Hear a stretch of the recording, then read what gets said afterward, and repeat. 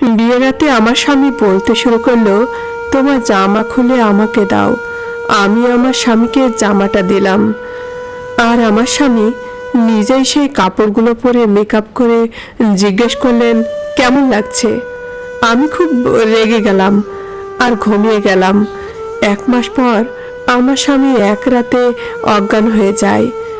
ডাক্তারকে ডাকা হলে ডাক্তার এমন খবর দেন যে আমি হতবাক হয়ে যাই।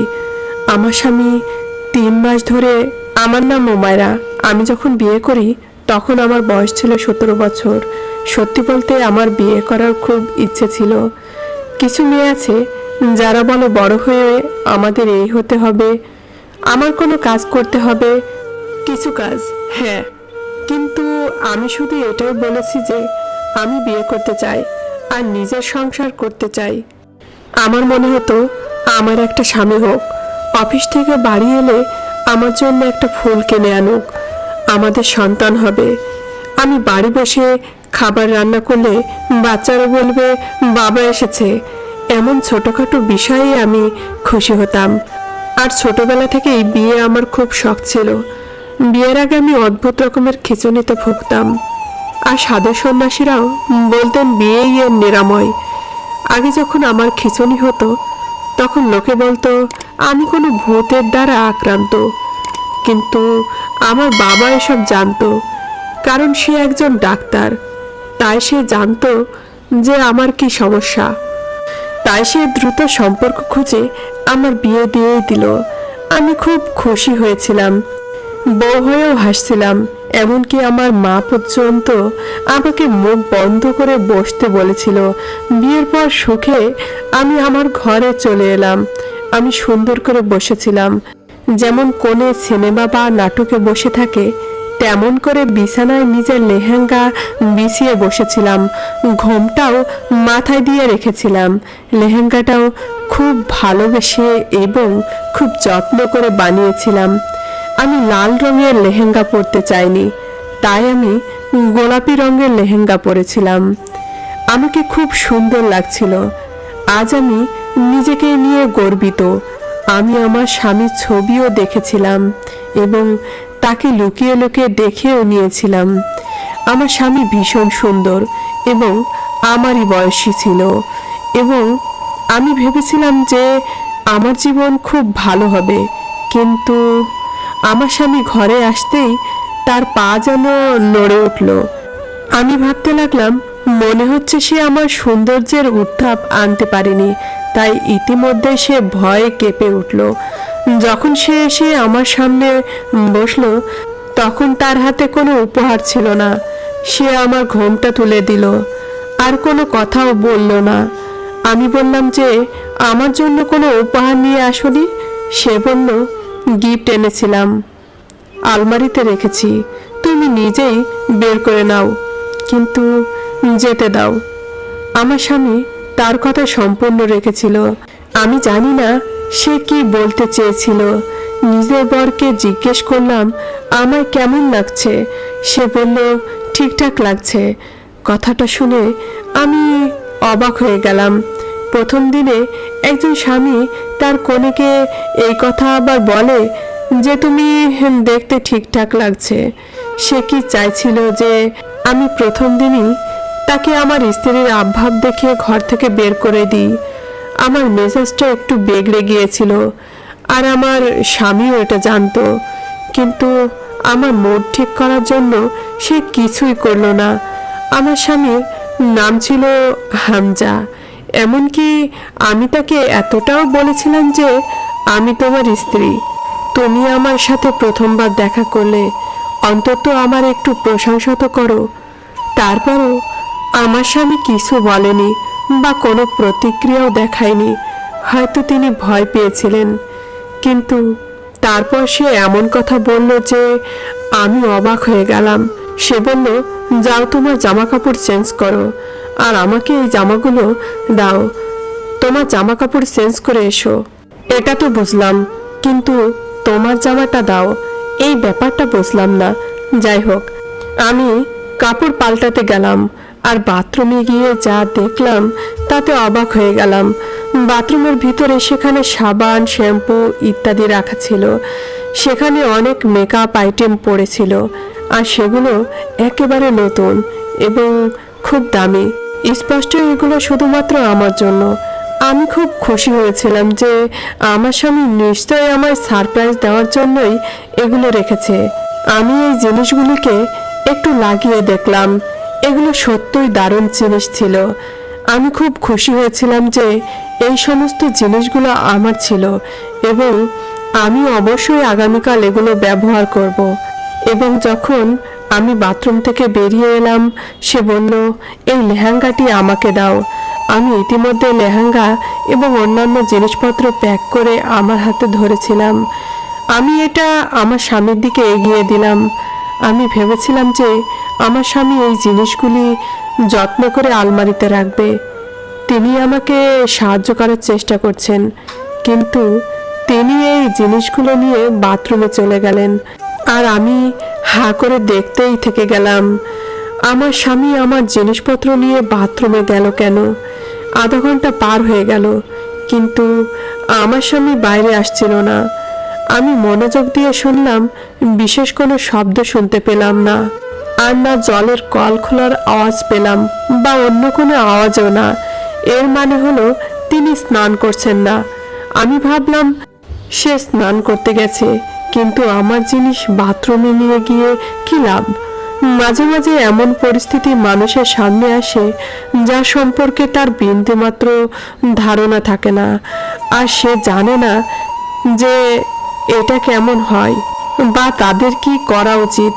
এমনকি সে কিছু ভাবার যোগ্যও থাকতে পারে না।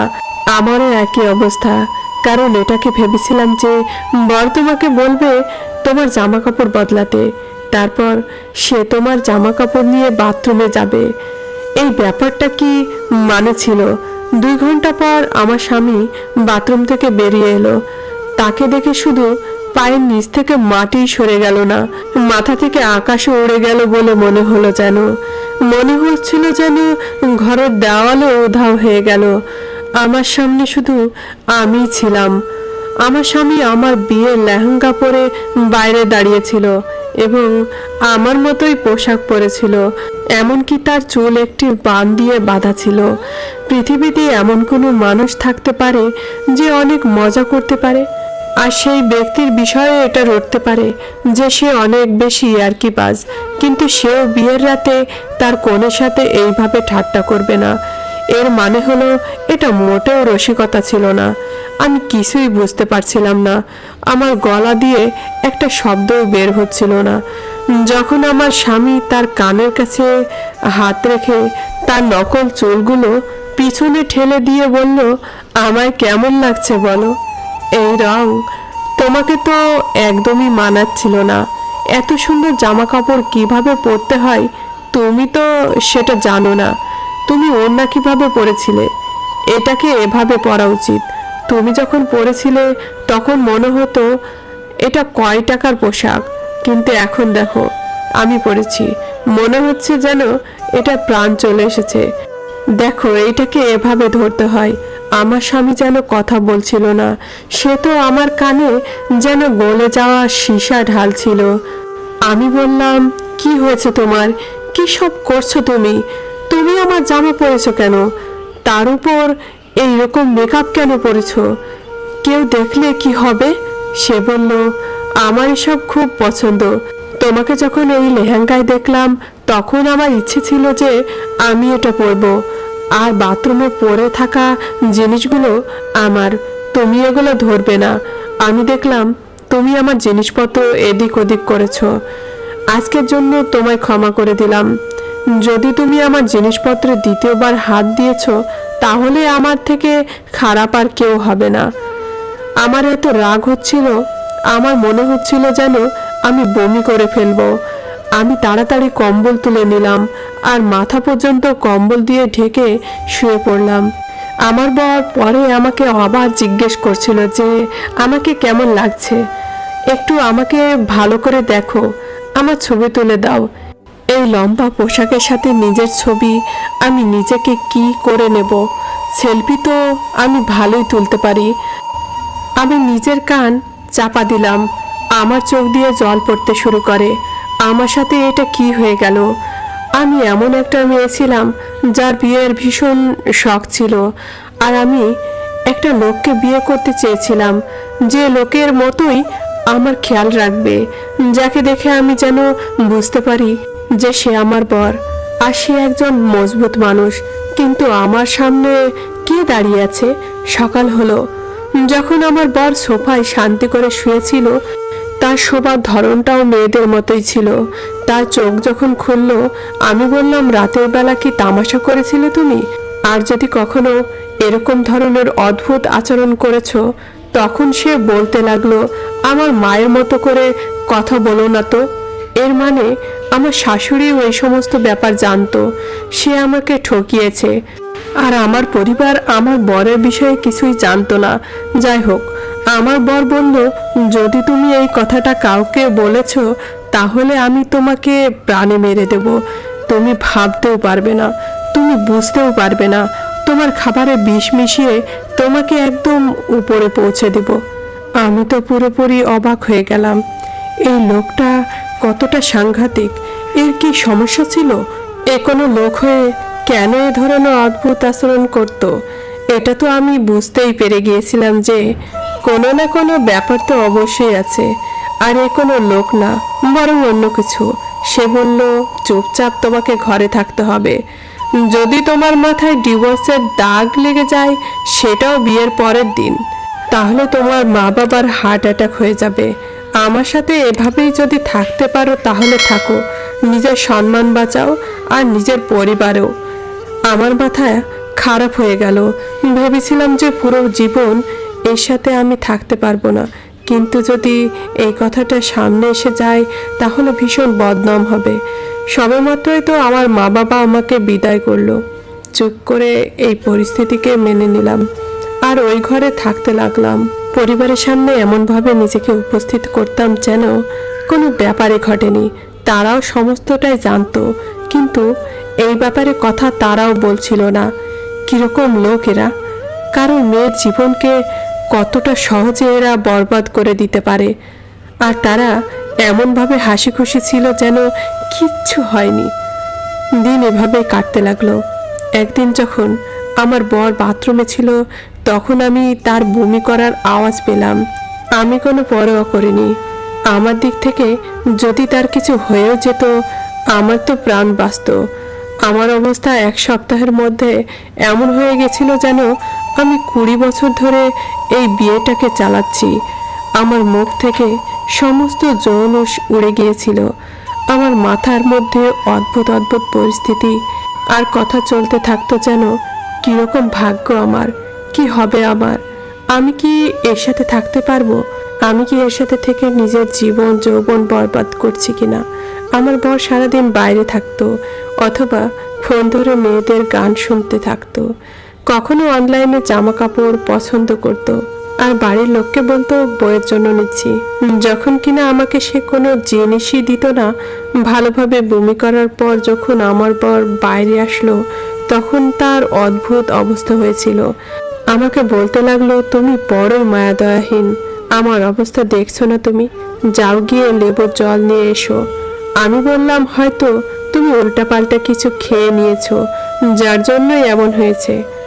আমি যখন যেতে লাগলাম তখন সে অদ্ভুত কথা বলল কিছু খাইনি। বিয়ের পর তো এসব কিছুই হয়। আমি অবাক ছিলাম যে কি ধরনের ফালতু কথা বলছে সে। তারপর আমি তার জন্য লেবুর জল আনতে গেলাম। তখনই রাস্তায় আমার শাশুড়ি আমাকে দেখে নিল আর বলতে লাগলো, এখনই তো তুমি খাবার খেলে, খাবার খাওয়ার পরেই লেবুর জল খেতে নেই। আমি বললাম, আমার বমি পাচ্ছে, এই জন্য খাচ্ছি। বলল, কোনো ব্যাপার না, হতে পারে কোনো খুশির খবর। যখন কিনা আমি ভেবে নিয়েছিলাম তোমার ছেলে কাউকে খুশির খবর দেওয়ার যোগ্য নয়, তাহলে খুশির খবর কি আমরা ডাউনলোড করব? আমার শাশুড়ি আমাকে গলা জড়িয়ে ধরল। আমি বিশ্বাস করি যে কোনো না কোনো খুশির খবর অবশ্যই হবে।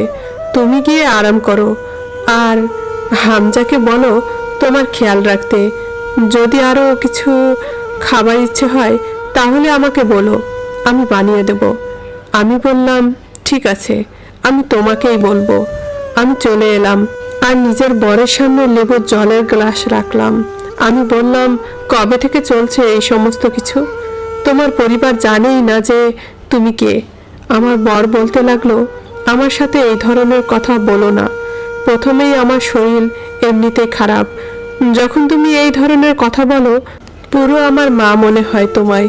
চুপচাপ নিজের বিছানায় গিয়ে শুয়ে পড়ো, বেশি কথা বলার দরকার নেই। আমি বললাম যে ছেলেদের মতো চিৎকার করতে তো তুমি জানো, কিন্তু আর কিছু করতে জানো না। আজকাল আমার বরের আরেকটা নাটক শুরু হয়ে গিয়েছিল, জানি না তার মধ্যে সত্যিটা কি ছিল। আমার বরের পেটটা একটু বড় মনে হচ্ছিল, আর সে অদ্ভুতভাবে কোমরে হাত রেখে রেখে হাঁটছিল। এবার আমি বুঝতে পারছিলাম না যে এটা আবার কোন নতুন কাণ্ড কারখানা, যেটা আমাকে পাগল করার জন্য সে শুরু করেছে। আর 10-15 দিন এভাবেই কেটে যেতে থাকলো। একদিন আমার বর চিৎকার করতে শুরু করলো যে তার পেট খুব ব্যথা হচ্ছে আর তাকে ডাক্তারের কাছে নিয়ে যেতে হবে। আমার শাশুড়ি প্রথমেই তাকে কিছু শরবত ইত্যাদি খাওয়ালো আর বলল, তুমি এমন কিছু উল্টাপাল্টা খেয়ে নিয়েছো, এজন্য তোমার পেটে ব্যথা হচ্ছে। কিন্তু তার কথা হলো যে তাকে ডাক্তারের কাছে নিয়ে যেতে হবে। আমার সাথে আমার শাশুড়িও ছিল, আর আমরা দুজনে মিলে তাকে ডাক্তারের কাছে নিয়ে গেলাম। রাতে ইমার্জেন্সিতে কোনো ডাক্তার ছিল না, একটা মহিলা ডাক্তার ছিল, আর আমরা তার কাছেই গেলাম। আমার বর নিজের পেটের উপর হাত রেখেছিল আর অদ্ভুতভাবে চিৎকার করছিল। এবার তো আমার শাশুড়িও আমার সামনে লজ্জা পেতে লাগলো। আমার বারবার হামজার কাঁধে হালকা হালকা থাপ্পড় মেরে বলতে লাগলো, কি হয়েছে তোমার, এতই বা ব্যথা কেন, পুরুষ হও পুরুষ। এই কথাটা শুনে আমি ভেতরে ভেতরে হাসতে লাগলাম। ডাক্তার যেই আমার বরকে দেখলো তখন সে একটা অদ্ভুত কথা বলে দিল, আর আমরা অবাক হয়ে গেলাম। ডাক্তার বলল, ইনি তো এমনভাবে হাঁটছেন যেন ইনার 3য় মাস চলছে, আর পেটটাও এভাবেই বেরিয়ে আসছে। আমার শাশুড়ি কান চাপা দিল আর ডাক্তারকে বলল, আপনি কি ধরনের কথা বলছেন? ডাক্তার হয়ে আপনি এই ধরনের কথা কি করে বলতে পারেন? ডাক্তার বললেন, যা আমি দেখছি আর যেটা আমার মনে হলো সেটাই বললাম। এমনিতেও আজকাল অসম্ভব বলে কি বা আছে। আচ্ছা, আমি চেক করছি, আপনারা চিন্তা করবেন না। কিন্তু আমার বরের পেট সত্যি এরকমভাবেই বেরিয়েছিল, কিন্তু যখন ডাক্তার চেক করার জন্য ডাকলো তখন সে বলতে লাগলো, আমি আল্ট্রাসাউন্ড করাতে চাই। যখন ডাক্তার আল্ট্রাসাউন্ড করার জন্য মেশিন চালালেন তখন ডাক্তার নিজের চোখেই হাত চাপা দিয়ে দিলেন, কেননা আমার বর নিজের পেটের চাকায় নকল পেট লাগিয়েছিল। সেটা বোধহয় সে অনলাইনে কিনে এনেছিল। এটা দেখে আমরা অবাক হয়ে গেলাম আর চিন্তায় পড়ে গেলাম। আমার শাশুড়ি আবার নিজের কানে চাপা দিলেন আর আমার বরকে মারতে শুরু করে দিলেন। আবার তুই এই ধরনের অসভ্যতা শুরু করেছিস, বেহায়া। কিন্তু যেই পেটটা বের করতে লাগলো তখনই আমার বর চিৎকার শুরু করে দিল আর বলতে লাগলো যে, এটা কি করে দিলে তোমরা, কেন এরকম করলে, আমার বাচ্চা মরে যাবে যে। আর এমন ধরনের কথা বলছিল সে যেন কোনো গর্ভবতী মহিলা, আর তাকে যেন বাচ্চা নষ্ট করার ওষুধ দেওয়া হয়েছে, আর ও তো পুরোপুরি পাগল হয়ে গেছে। আমি তো ভয় পেয়ে গেলাম। আমার এমন মনে হচ্ছিল যেন আমার আশেপাশে পুরো দুনিয়াই ঘুরতে লেগেছে। আমি এরকম অদ্ভুত ঘটনার কথা কখনো ভাবতেও পারিনি, আর না কখনো চোখে দেখেছি। সেখানে এত বড় তামাশা হয়ে গিয়েছিল যে দুটো লোককে এসে আমার বরকে সামলাতে হলো, আর ডাক্তার তাকে এসে ঘুমের ওষুধ দিয়ে দিল। এই সমস্ত দেখে আমার রক্তচাপ হাই হয়ে গেছিল। আমার শাশুড়িও আমার সামনে লজ্জায় পড়ে গেলেন। বরকে হাসপাতালে ছেড়ে আমরা শাশুড়ি বৌমা ঘরে চলে আসলাম। আমি সবার সামনে এই কথাটা বললাম। আমি বললাম, আপনার ছেলে অনেক বড় একটা রোগ আছে, এটা ছোটখাটো কোনো ব্যাপার নয়। সে নিজেকে একজন মহিলা ভাবে, যার এটা মনে হয় যে তার বিয়ে হয়ে গেছে এবং অন্যান্য আর 5টা মহিলার মতো তার বাচ্চাও হবে। আমার মা বাবাও সেখানে চলে এসেছিল। আমার শাশুড়ি বলল, আমার ছেলে ছোট থেকেই এই রোগ আছে, আর আমরা এটা বলা বলি করি যে এর উপর কোনো ভূত পেটে ছায়া পড়েছে, কিন্তু আমরা এই কথাটা কাউকে বলিনি। তোমাকে মিথ্যে বলেছি আমরা। তোমাদের কাছে আমি ক্ষমা চাইছি, আমাদের ক্ষমা করে দাও। এবার আমার বাবা মা ওদেরকে অনেক কথা শোনালো আর বলল, এবার এটা হতে পারে না যে আমার মেয়ে ওই মানুষটার সাথে এই ঘরে থাকবে। সে আপনার ছেলে নয়, বরং সে আপনার মেয়ে। ওর অপারেশন করান, যাতে সেও কোনো একটা দিকে শান্তি পায়। আমার শাশুড়ি বলতে লাগলো যে না, এ সমস্ত ঠিক হয়ে যাবে, মাত্র তো এখন বিয়ের 1 মাসও হয়নি। আপনার মেয়ে তালাক করাবেন না দয়া করে, তাহলে তো ওর কপালে ডিভোর্সের দাগ লেগে যাবে। আমি একে ঠিক করে নেব, আমি ওর চিকিৎসা করাবো। কিন্তু আমি আমার মা বাবাকে সব কিছু বলে দিয়েছিলাম যে বিয়ের প্রথম রাতে সে কি কাণ্ড করেছিল।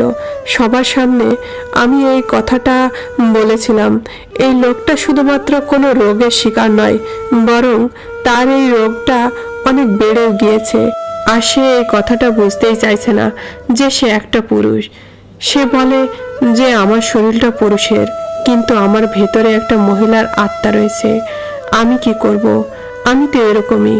পৃথিবীর কোনো মা বাবাই চাইবে না 1 মাস পরেই তার মেয়ের ডিভোর্স হয়ে যাক, কিন্তু এখন তো কোনো উপায়ও ছিল না। যদি আমি ধৈর্য ধরতাম তাও কিছু ঠিক হতো না। আমি নিজেই চিন্তায় ছিলাম নিজের জীবনটাকে নিয়ে।